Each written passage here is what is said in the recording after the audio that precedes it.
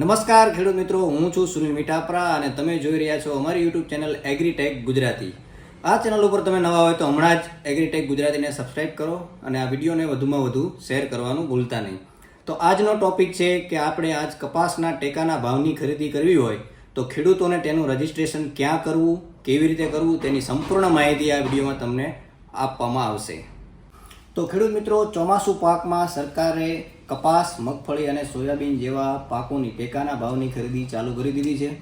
એમ આમ જોવા જઈએ તો હમણાં કપાસના ટેકાના ભાવની આપણે વાત કરીએ તો પ્રતિ મણ એટલે કે 20 કિલોના 1622 રૂપિયા એ સરકારશ્રીએ ટેકાનો ભાવ નક્કી કર્યો છે.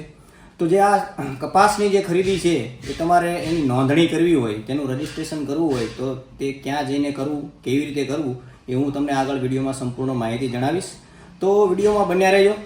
હવે જે આપણે આ કપાસના ટેકાના ભાવની જે ખરીદી આપણે સરકાર કરવા જઈ રહી છે તો તેમાં કયા કયા ડોક્યુમેન્ટની જરૂર પડે છે હું તમને તે વિગતવાર જણાવીશ. તો ખેડૂત મિત્રો, એમાં આપણે સૌપ્રથમ જોવા જઈએ તો ખેડૂતનો આધાર કાર્ડ, ખેડૂતનો પાસપોર્ટ સાઇઝનો ફોટો તેમજ જે કપાસ વાવેતર કરેલું હોય તેનો દાખલો. તો જે કપાસ વાવેતર કરેલું હોય તેનો દાખલો તમને ક્યાંથી મળશે? તો તે તમારે તમારા ગ્રામ પંચાયતની અંદર જઈ અને તલાટી પાસેથી મેળવવાનો રહેશે. જે તમને કપાસ વાવેતર જે તમે હાલમાં કર્યો છે તેનો દાખલો તમને ત્યાંથી મળી રહેશે. બીજું આમાં જોવા જઈએ તો 7/12/8ની જરૂર પડશે, જેનાથી સરકારશ્રીને ખબર પડી શકે કે તમારે કેટલી જમીન છે અને કેટલા વિસ્તારમાં તમે. તો ખેડૂત મિત્રો, આપણે આગળ વાત કરી તેમ આપણે એપ્લિકેશનની વાત કરું કે જે એપ્લિકેશનમાં જઈને આપણે ફોર્મ ભરવાનું છે તો તમે એન્ડ્રોઈડ મોબાઈલ વાપરતા હોય તો એન્ડ્રોઈડમાં જઈ પ્લે સ્ટોરમાં જઈ અને કપાસ કિસાન એવું તમે ટાઈપ કરવાનું છે પ્લે સ્ટોરમાં અંદર જઈને. એટલે આવી રીતે તમે સાઈડમાં જોઈ શકો છો કે કપાસ કિસાનની છે એપ્લિકેશન આવી જશે. મેં તો ઇન્સ્ટોલ ફોનમાં કરેલી જ છે એટલે મારે ડાયરેક્ટ એમાં રજિસ્ટ્રેશનનું આવી ગયું. તમે એને ઇન્સ્ટોલ કરી અને તમારે તે અંદર તમારો મોબાઈલ નંબર નાખવાનો છે. જેવી રીતે મેં મારો મોબાઈલ નંબર નાખ્યો છે અને ત્યારબાદ તમને એમાં ઓટીપી આવશે. તે ઓટીપી અંદર એડ કરશો એટલે તમારે એમાં વેરીફાઈ ઓટીપી એવું લખેલું આવશે. તો એને વેરીફાઈ કરી અને તમારે આગળ એમાં પ્રોસેસ કરવાની છે.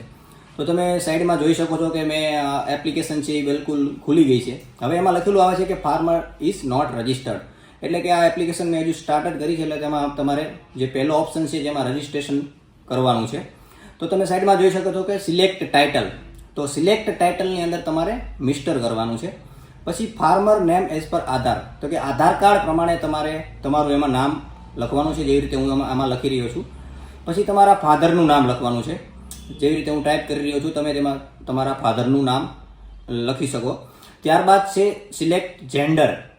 તો જેન્ડરની અંદર તમારે સિલેક્ટ કરવાનું છે. એમાં ઓપ્શન આવશે મેલ, ફિમેલ અને અધર. તો તેમાં હું અત્યારે મેલ સિલેક્ટ કરી રહ્યો છું. ત્યારબાદ આવશે તમારી કહેવાય ને કે જન્મ તારીખ. આધાર કાર્ડ પ્રમાણે તમારી જન્મ તારીખ છે તમારે આધાર કાર્ડ પ્રમાણે સિલેક્ટ કરવાની છે. હું બાજુમાં સિલેક્ટ કરી રહ્યો છું કે 6 એપ્રિલ 1998 છે. એવી રીતે તમારે સ્ક્રોલ કરી અને આવી રીતે સિલેક્ટ કરી લેવાની છે.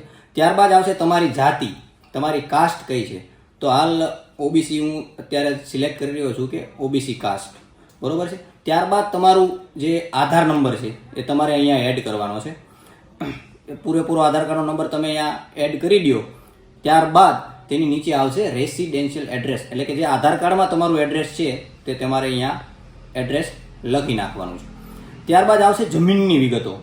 તો જમીનની વિગતોમાં તમારે કયા રાજ્યના છો પહેલાં તો એ સિલેક્ટ કરવાનું છે. તો ગુજરાત રાજ્ય આપણે એમાં સિલેક્ટ કરશું અને ત્યારબાદ તેમાં આવશે કયો જિલ્લો. તો હાલ હું આ વિડીયોમાં મેં કહેવાય સુરેન્દ્રનગર જિલ્લો સિલેક્ટ કરેલો છે. ત્યારબાદ એમાં બ્લોક આવશે તાલુકો, તો એમાં મેં ચુડા તાલુકો સિલેક્ટ કર્યો છે. ત્યારબાદ આવશે તમારું ગામ કયું છે. તો ગામ સિલેક્ટ કરવામાં આવશે.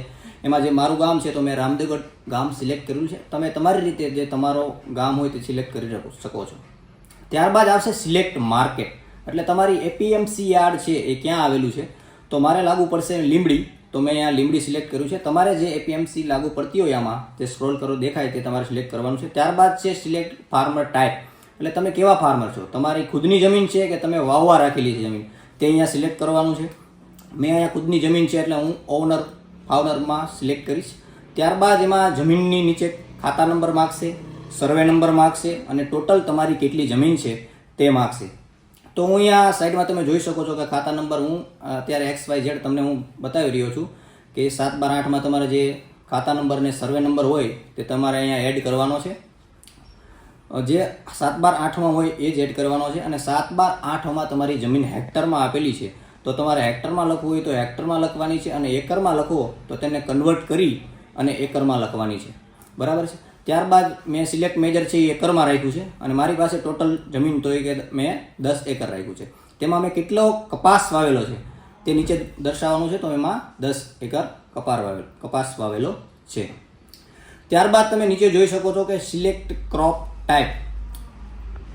ખેડૂત મિત્રો, નીચે તમે જોઈ શકો છો કે સિલેક્ટ ક્રોપ ટાઈપ એટલે જે તમારો કપાસ છે એ કેવા પ્રકારનો છે. એમાં 4 ઓપ્શન નીચે આપેલા છે: ટ્રેડિશનલ ક્રોપ, એડીપીએસ ક્રોપ, દેશી કોટન કે ક્લોઝર પેસિંગ એટલે કે ઓછી જગ્યાવાળો પાક. તો ટ્રેડિશનલ ક્રોપની અંદર વાત કરીએ એટલે કે જે આપણે પરંપરાગત જે ખેતી કરતા આવીએ છીએ એની વાત છે. તો આપણે એ જ ઓપ્શન સિલેક્ટ કરવાનો છે. એમાં 10 એકરમાં છે તો 10 એકર મેં સિલેક્ટ કર્યું છે. બાકીનો બીજો ઓપ્શન છે એડીપીએસ એટલે હાઈ ડેન્સિટી પ્લાન્ટિંગ સિસ્ટમ. વધુ ગીચતાવાળું જે તમે પ્લાન્ટિંગ કર્યું હોય, 3 ફૂટ બાય અને 2 પ્લાન્ટ વચ્ચે બહુ ઓછું અંતર રાખેલું હોય તો એના માટે લાગુ પડે છે. અને ત્રીજો ઓપ્શન છે દેશી કોટન. જો તમે દેશી કોટનનું વાવેતર કર્યું હોય તો તમારે ત્યાં દેશી કોટનમાં જમીનનું લખવાનું છે. બરાબર. ક્લોઝર પેસિંગ એટલે કે 2 હાર વચ્ચે અને 2 છોડ વચ્ચે જો તમે ઓછું અંતર રાખ્યું હોય તો તેની માહિતી આપશે. ત્યારબાદ જોવા જઈએ તો એમાં આપણે ડોક્યુમેન્ટ અપલોડ કરવાના છે. તેમાં આધાર કાર્ડ અને ફાર્મરનો ફોટો અપલોડ કરવાનો છે. તો તમારે તે ડાયરેક્ટ ફોટો પાડીને તમે અપડેટ અપલોડ કરી શકશો, અથવા તમારે તમારા ફોનમાં જો ફોટો હોય તો ત્યાં સિલેક્ટ કરી અને જેવી રીતે મેં કર્યું તેવી રીતે તમે આધાર કાર્ડ અને તમારો ફોટો, ખેડૂતનો ફાર્મરનો ફોટો છે એ તમારે એમાં એડ કરવાનો છે. બાકી જો નીચે છે કે અપલોડ ડોક્યુમેન્ટ PDF ઓનલી, એમાં તમારે શું અપલોડ કરવાનું છે હું તમને જણાવીશ. હવે જે અપલોડ ડોક્યુમેન્ટ છે એની અંદર તમારે 7/12 છે તેનો ફોટો તમારે PDF બનાવીને અપલોડ કરવાનો છે. બીજું છે કે એની અંદર કપાસ વાવેતરનો દાખલો. મેં તમને આગળ વાત કરી કે કપાસ વાવેતરનો દાખલો છે તમે તલાટી મંત્રી પાસેથી મળી જશે. એના સહી સિક્કાવાળો દાખલો તમારે એમાં અપલોડ કરવાનો રહેશે. ખેડૂત મિત્રો, તો આ બધી સંપૂર્ણ પ્રોસેસ તમારી જે પૂરી થાય પછી તમે સાઈડમાં જોઈ શકો છો રજિસ્ટ્રેશન સબમિટ કરશો એટલે રજિસ્ટ્રેશન સક્સેસફુલ એવો મેસેજ આવી જશે. પછી જે તમને આ બારકોડ મળ્યો છે એ બારકોડ તમારે ભૂલવાનું નથી. એનો સ્ક્રીનશોટ પાડી લેવાનો છે અને એ બારકોડને તમારે સાચવીને રાખવાનો છે.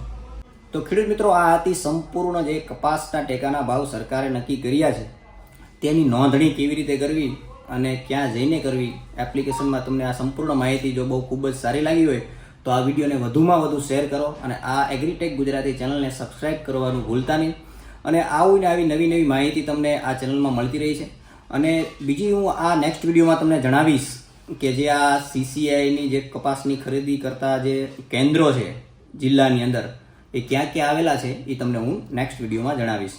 આભાર.